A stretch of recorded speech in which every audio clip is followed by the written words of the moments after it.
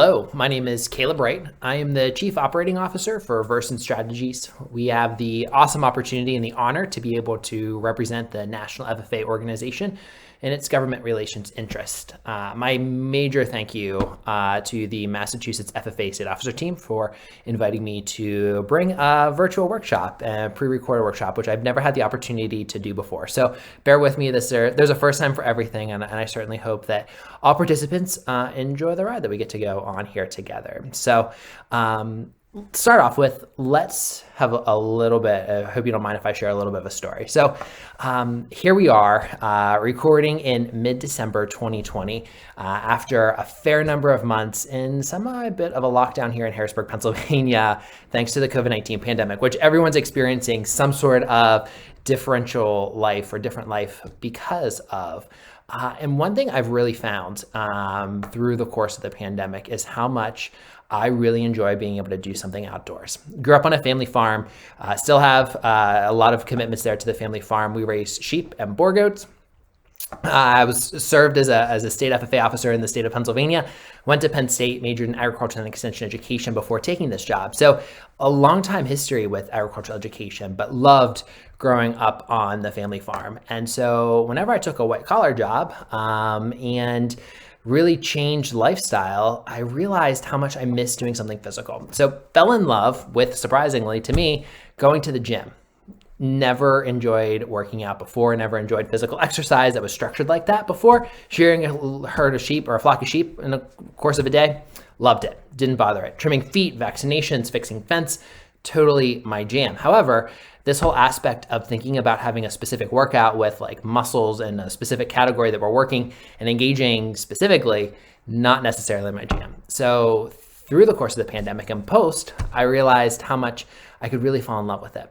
Lo and behold, not a huge one and to have a huge wardrobe of workout clothes. So time has come for me to find a new pair of gym shoes, something super simple. Everyone probably has a pair of sneakers, whether you're doing gym in high school or whatever it may be, for some physical exercise. So do a quick Google search, because that's what a majority of us do, right? We Google search and start looking and finding what potentially could interest us.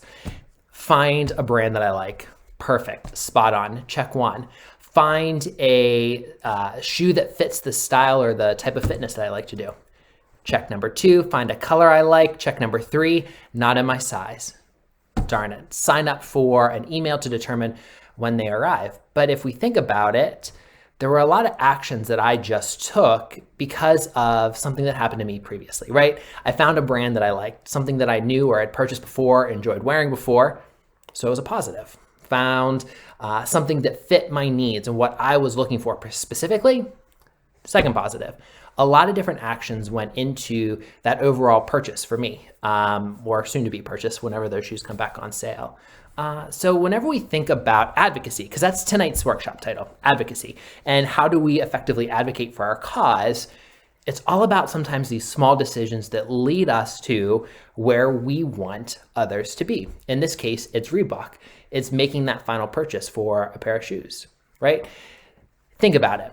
When was the last time you were scrolling through social media? Maybe Instagram, Twitter, Facebook, TikTok. I hear there's a huge ag side of TikTok, which I don't really know much about at this point in time, and I really need to investigate it. Maybe someone will message me afterwards or reach out and help me out with that process. Or maybe even you were watching the TV, the news, something like that, and your mindset shifted. There was a change of opinion, or maybe you read something that countered your opinion and you thought, it's a really interesting way to think about that. Okay. With our title tonight being on how do we advocate for our cause, or how to advocate for your cause, it's really suggestive of an action, right? Like if you think about that title from a grammatical standpoint, advocate is definitely that verb in that instance where there is a true action to what we're trying to accomplish. So tonight's workshop is all going to be action-based. And we're really going to focus in on how we can encourage others to publicly support something that we are passionate about, right? Well, no matter what it may be, we want to encourage others to join into our cause, something that we are super passionate about, right? A couple of ground rules. One, be creative. I am wearing a t-shirt from whenever I taught high school at the Grassland FFA chapter in Lancaster County, Pennsylvania. Something I haven't been able to wear for quite some time, but heck, I'm doing my first pre-recorded workshop during a COVID-19 pandemic with a sport coat to keep it semi-formal because we are FFA and we like to dress to impress. So one, if I can be creative with my wardrobe, I ask you to be creative with the work product that we put out, right? Tonight, we're going to be creating an action plan. So as you think about your action plan, be creative with it. Be willing to take some risks and think outside of our preconceived box, right? We can only learn and do better whenever we step outside of our comfort zone, step outside of the box of what we're currently aware of.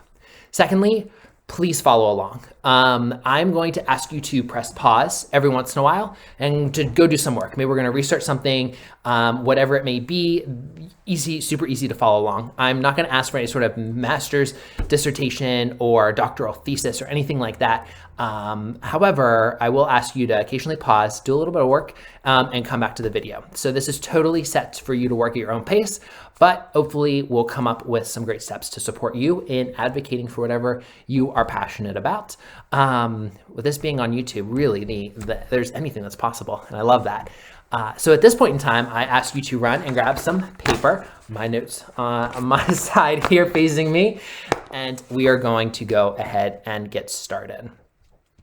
So for our step one, if you haven't already done so, or you're interested in advocacy in general, I strongly encourage you to research the National FFA's Agricultural Literacy and Advocacy Model, okay, for a couple of different factors. One, I'm going to reference it a couple of times. I'm going to do a quick overview here in a hot second. However, I would encourage you, if you're really interested in advocacy, take a look at it, think critically about it. If you're interested in it, and interested in serving FFA, be sure to join your state association as a state officer, where at the State Officer Summit, we overview and go a lot deeper. It's a couple day summit, and we're just doing a short workshop here right now, where you can dive so much deeper into the advocacy and literacy model. So if you're interested in it, I strongly encourage you to press pause and come back and Google search the advocacy and literacy model, agricultural literacy and advocacy model, from National FFA. There's a one-page quick resource, and then come on back. If you've already seen it, let's go ahead and proceed forward. So that model is broken down into 4 different steps. First, we plan, we develop what we're going to be doing, then we develop our key messaging, what's super important. We're then going to do it. So we're actually going to take action on what we're accomplishing, and then we reflect about it. Tonight, while in the theme of lights, camera, action being the most specific part or important part potentially in regards to advocacy, really, excuse me as my cats are running around at my feet. Apparently it's now playtime along with work time. They are, whenever we think about action being super important, if we don't have a great plan in regards to advocacy, sometimes determining our success is challenging. So while tonight's goal is to get us to action, we really need to start at square one in developing and planning. So that's where we're going to start. Now, here's what I'd like for you to do. And potentially, if you didn't pause to go check out the advocacy or literacy and advocacy model from the National FFA, here is where we're going to take our first break together. Okay? I would like you to pick a topic about something that you are passionate about, something that you would love to advocate on behalf of. What's something that you care so strongly about that you want to go out in public and find folks to support? Okay. Let's be specific about it though. Instead of something like agricultural education or agriculture, maybe we want to look at diversity and inclusion in the dairy industry. Maybe you want to look at something like and advocate for fitness and health and utilizing eggs as a part of protein in our health benefits, right? Whenever we think about advocacy, if our topics are too broad, it's sometimes easy for our messages to get lost. We're going to touch base on a key messaging here in just a little bit, so bear with me. However, we can't develop our plan unless we have a specific topic of which we are interested in advocating for. So think about it. Press pause. Think about it.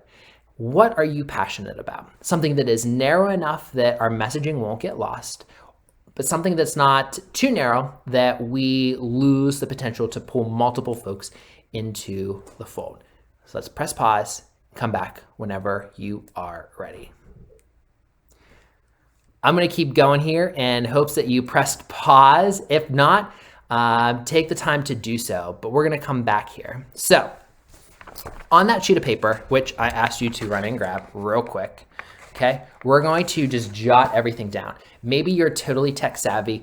I'm totally a notes guy with a pen. While it looks like chicken scratch, dancing across the page whenever I tend to write, that's a-okay. It doesn't matter. So we are going to develop our advocacy and literacy plan. First off, what are we going to advocate for? So across your piece of paper, at the very top, write the word what. What are we going to advocate for? And this is going to be our topic. Something super simple to write down, something that you have hopefully identified. Maybe it's something you're already advocating for, right? Maybe it's agricultural education in all schools in our state. Maybe it's in agricultural education in our middle school, something at the local level. What's super important to realize is that it needs to be something, and most important to realize is it has to be something you're passionate about. As we jump in, our next thing we need to identify is our goal. We know what we're trying to get accomplished, right? We're going to advocate for something super large and broad. What is the end goal? What's it going to take for us to call success whenever we reach there, right? What is, at this point in time, where we're trying to reach? Maybe this isn't the end, right? Maybe this is just step one, okay, to getting our overall plan accomplished. But what is that one goal that we can say and walk back from and say, we were successful or we weren't successful? So let's go ahead and jot down our goal. If you'd like to, go ahead and press pause. Remember, we're on YouTube, totally cool. You can come back whenever you're ready. So our goal. We've jotted down our goal right underneath our topic so that we are able to determine what is that end goal or end product that we're trying to reach out to. From here, we're going to jump into mostly of that developing phase or stage of that advocacy and literacy model. So our key messaging. And we're going to jot that down right in underneath our goal. And here's what I'd like you to do. I want you to come up with 3 key messages and jot them down underneath that header. Crazy, I know. You can easily have more than 3 key messages, but what is a key message? Key messages need to be factual, right? What is a statistics, a data point, or another piece of important information that is factual that will encourage folks to believe in my way of thinking? They need to be informative, right? They need to inform individuals that probably don't agree with you or maybe don't necessarily agree with you yet as to the basis of your thought process. Thirdly, they need to be persuasive, right? If we're trying to persuade someone to think of our way of thinking, some of our key messaging needs to persuade them back to our way or our thought process whenever we're trying to advocate for our cause. So let's take a couple of minutes and develop our key messaging, right? What are our at least 3? We should probably have more than 3 in the grand scheme of things, but today we're just going to look for 3. 3 key messages that we need to be able to share out about our cause, our topic, and potentially our goal that are going to help pull folks into our way of thinking. Go ahead, press pause, and whenever you're ready, we'll come back. Now that we have our 3 key messages, at least 3 key messages, and I strongly encourage you to develop more than 3, right? Our 3 key messages, we now need to figure out, okay? We now know what we want to be able to say, right? We need to figure out who needs to hear it. So on our papers, I'd like you to write or draw a T, real simple letter, capital T, right there in the middle. Leave a little room at the bottom, but develop a nice T. On the left-hand side, I want you to write people. And on the right-hand side, over top, I want you to write the word where. So, as you can see, the word people and where. I know, there might be a little flip back and forth here. I apologize. Working with the best resources I can, okay? I want you to think about 5 groups of people And I want you to think about where you're going to reach these people.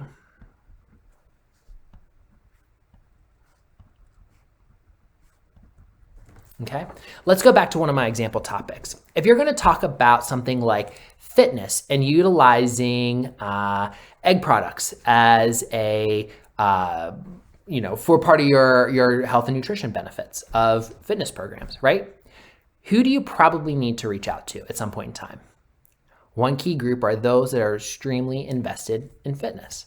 Hopefully, if this is something you're proud and a topic of interest or whatever it may be, you have a group of friends that are also similarly interested in this. How are you going to reach out to them? Are you Facebook friends with them? Are you friends on Instagram? What about Twitter? Is there another social media platform, right? Be thinking about the people that need to hear this message and where exactly you're going to reach them at, okay? If we're advocating to do something like change a law, well, who's responsible for that law? Right? Is it something at the local level? Is it something that our school district is responsible for determining? Is it something that our state legislature is determining? Is it something that our federal government is determining? If you're looking at changing something that is policy driven, who's responsible for it, right? I want you to figure out and identify at least 5 constituency groups that you need to reach out to and identify at what location you're going to attempt to do that or be successful in doing that. Be thinking about whenever you're thinking about the where aspect of it, Facebook, social media groups, right? How can we utilize to our benefit? And as well, what does that content look like, right? If we think about our key messages right above our where, right? How can we tie our key messages into where we're meeting our folks? If it's an Instagram post, how can I share one of my key messages on Instagram to reach a certain targeted individual? Does that make sense? We're getting a little deeper. Let's press pause and come back whenever you're ready, and we will continue forward. I, on the other hand, am going to keep moving on here, but I think you should press pause and come back whenever you're ready.